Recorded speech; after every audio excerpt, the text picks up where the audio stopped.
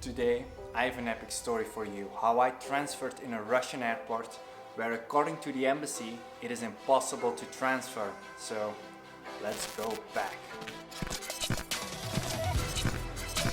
I'm on a one-way mission to visit every single country on Earth. Now it's always challenging, what country will we fly next? Looking at the flights, we'll go to Latin America, too expensive. To Europe, already been everywhere there. Then I was searching for flights all over the internet and I found a flight to Kyrgyzstan. When you think of Kyrgyzstan, the first thing that comes to your mind is probably... what the hell is Kyrgyzstan? I found this beautiful flight, very cheap from Armenia. We fly to Osh. But there was one problem. We had a stopover. A stopover in Russia. Now, normally a stopover in Russia is not an issue at all. I went to Japan, I flew from Paris to Moscow, Moscow, Tokyo. Perfect. But this was not a regular stopover. This was a stopover with a self-transfer. Let me tell you what a self-transfer is. In a self-transfer, you might need to leave the transit zone even if you do not have checked-in baggage. I had a self-transfer in Russia. I'm not allowed into Russia, and especially during COVID, Belgians are not allowed into Russia. Before buying the flight, we thought, we need to be certain that I can transfer in Russia. So we went on a website of Rostov Air. On the website, it stated there was a transfer area. Rostov Airport, no problem. So we're pretty certain. And then we were discussing what day should we go to Kyrgyzstan. We already in Yerevan for a couple of days. When should we go to Kyrgyzstan? We were first planning to go, I think the 3rd of June. I decided, no, let's go to the 7th, and I booked the flight tickets for the 7th. And right now, Jesse is booking the next flight ticket. All perfect. And then a couple of days went by, and Anna asked me, Jesse, can I see the flight tickets? I said, sure, no problem. Here are the flight tickets, here, all perfect to Osh. And then Anna said, Jesse, this airplane doesn't stop in Rostov Airport. This airplane stops in Mineralnie Vody Airport. I'm pretty sure you never heard of Mineralnie Vody Airport. Neither have most Russians heard of Mineralnie Vody Airport because it's such a super small airport. There is no transit zone in Mineralnie Vody Airport. Yeah, I was like,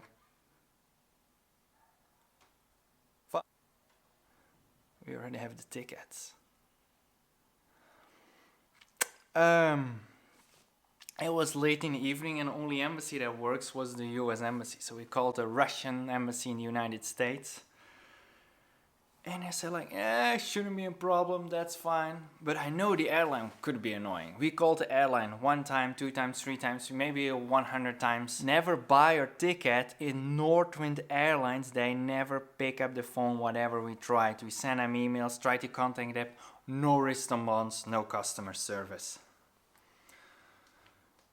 So we called the embassy. There was a very friendly lady of the Russian embassy and said, yeah, it shouldn't be a problem, but I know this one could be a problem. Anna? Yes. You're a Russian citizen, right? Yes. How easy is it to enter or exit Russia if you're a Russian citizen? Oh my god. It's not easy even for me. They ask me so many questions. Where are you going? Why are you going there? Oh, you haven't been in Russia for the last 6 or 8 months. Where are you traveling? Where do you get your money from? Why do you travel? What is your YouTube channel? How many subscribers do you have? Why are you even entering the country? Because I'm transiting, I'm going to Yerevan. Why are you going to Yerevan? Who are you going with? Who is waiting there for you? What is your onward ticket? Where are you going next? And so many questions, so it was very hard to get stamped. So it's very difficult even for me as a citizen to come back to my own country. And I did not even have a Russian visa, transit visa, and we're heading to Mineralnie Vody. And knowing how annoying Russian immigration is, we went to email the embassy. We sent an email to the Russian embassy in the United States. Dear Sir, Madam, I booked a flight from Yerevan to Osh. with a 5-hour layover in Mineralnie Vody airport. Since this is a small airport without a transit zone, I'm concerned that the airline, Northwind Airlines, could deny me boarding. Therefore, I have called with my concern, and the lady told me I can stay in the airport as long as the layover is less than 24 hours. Since my layover is less than 6 hours, would it be possible to give me this answer in writing so I can be certain I will not face any issues with the airline personnel? Thank you for your help, Jessie van Robroek. And then I got this email back. Good afternoon. We cannot give you an exact answer to your question as we do not know anything about your citizenship and status or type of visa that you have in Armenia or in Kyrgyzstan. I responded, good afternoon. I'm a Belgian citizen and I do not need a visa to enter either Armenia or Kyrgyzstan. Kind regards. Hello again. Most likely you will not be allowed to travel to Mineralnie Vody. This airport does not have a special international transit zone. Also, Belgium is not a country which has officially reopened air connections to Russia. That is another reason that will not allow you to travel to Russia. And this got me very concerned. We had the flight tickets, we paid for our flight. We needed to go to Kyrgyzstan, and only because I didn't check again when I actually booked a flight where our layover was, we could face some serious issues. So then I went on searching on a Mineralnie Vody website. Is there some kind of loophole? Is there some kind of way that I can make this happen? Our flight was in a couple of days and I needed to be certain this would work. So I was searching everywhere in the Mineralnie Vody airport. And I found this, Google Translate. Means of transport is allowed upon presentation of a Russian transit visa. I don't have a transit visa. Okay, a visa to enter a state adjacent to the Russian Federation along the route. I don't need a visa to go to Kyrgyzstan. So basically on the website was told as long as you can prove that you're gonna leave Russia soon, you're all good.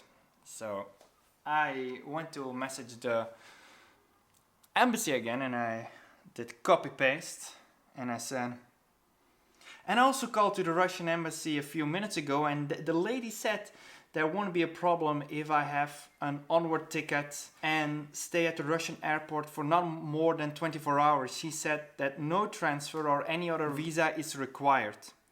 And is it possible to apply for a transit visa in Yerevan and what documents are required? And how long does the process take? And can this be done online? This was my last response I got from the embassy. It is strange why you asked about getting a Russian visa in Yerevan from the Russian embassy in Washington, D.C. You have to inquire this from the Russian embassy in Yerevan. Well, thank you, Russian embassy in Washington, D.C. Also emailed the embassy of Yerevan, email I cannot find. But basically, we would not arrive in Yerevan anytime soon. We were thinking about getting a transit visa of Russian so we wouldn't face any issue and we could for certain get on this flight. But we decided, let's just go roll with it. We were preparing everything. Got the COVID test, check. We printed out this paper with the whole documentation ready, so when the airline would ask us questions, we were like, hey, we are good, we can go, no problem. Everything was ready to go.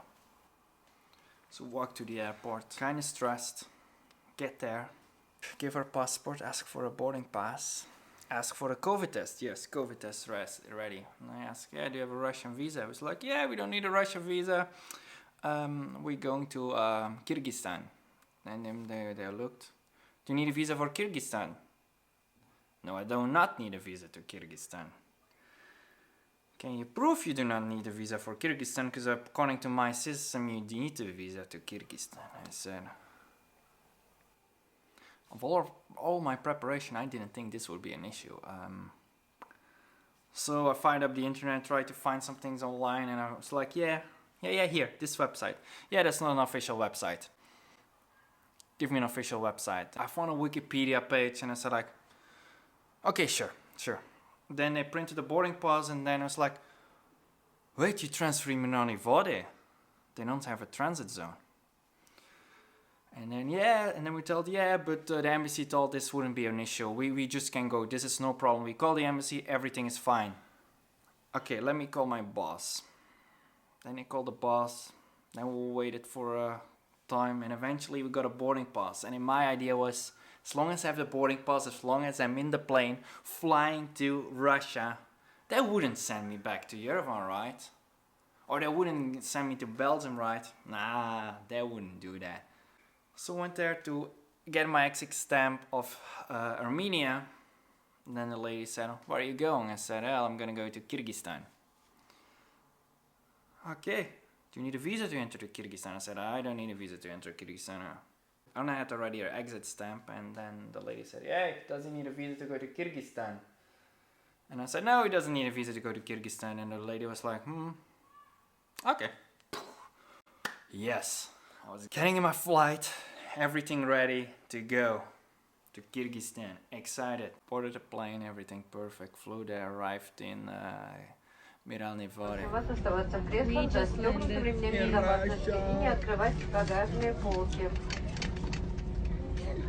And like we expected, very small airport, no transit zone, nothing. They went to the man who was working there and said like, yeah, he doesn't have a Russian visa, transit visa, but we need to go to the other side of the airport where he can board his flight. And then a man took her passport, my passport, and I was looking, it's like, oh.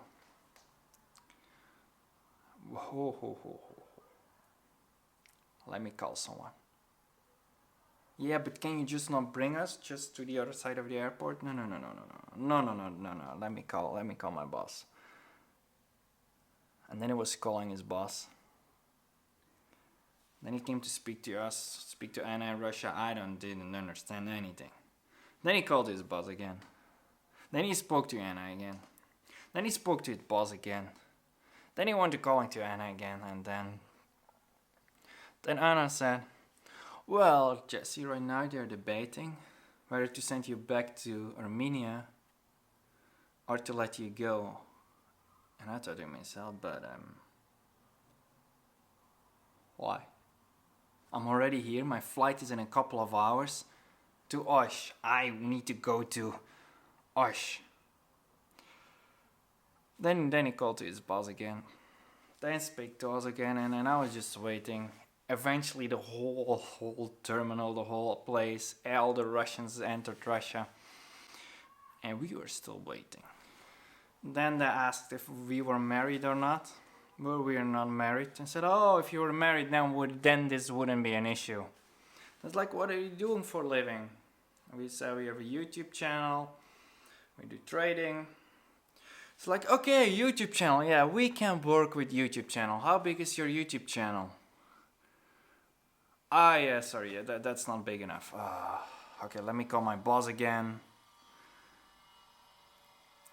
And at that point it was not certain whether I would go back to Armenia or go on my actual flight. Now, eventually, after a couple of hours, they made a decision. I could go to Osh, Kyrgyzstan. Yes. Now the way this works is very interesting. So Anna has a Russian passport, she can go without a problem to, she just got her exit stamp, got a whole interview, got an entry stamp again, and she can board the next flight. For me, the process is a bit differently. So first I had to go to the counter. They give me a stamp, a Russian stamp. And because I'm a transit passenger and I'm not allowed to enter the country, they just wrote in a pen transit on top of it. But then I could not enter where everybody else go. No, I had to go back again. And then I waited, and I didn't know what was happening. And I was there, I was just waiting, and eventually they called for me a bus. So you know, when you get out of the airplane, you have like these big buses where all the passenger goes. Now they called for me a bus for me alone.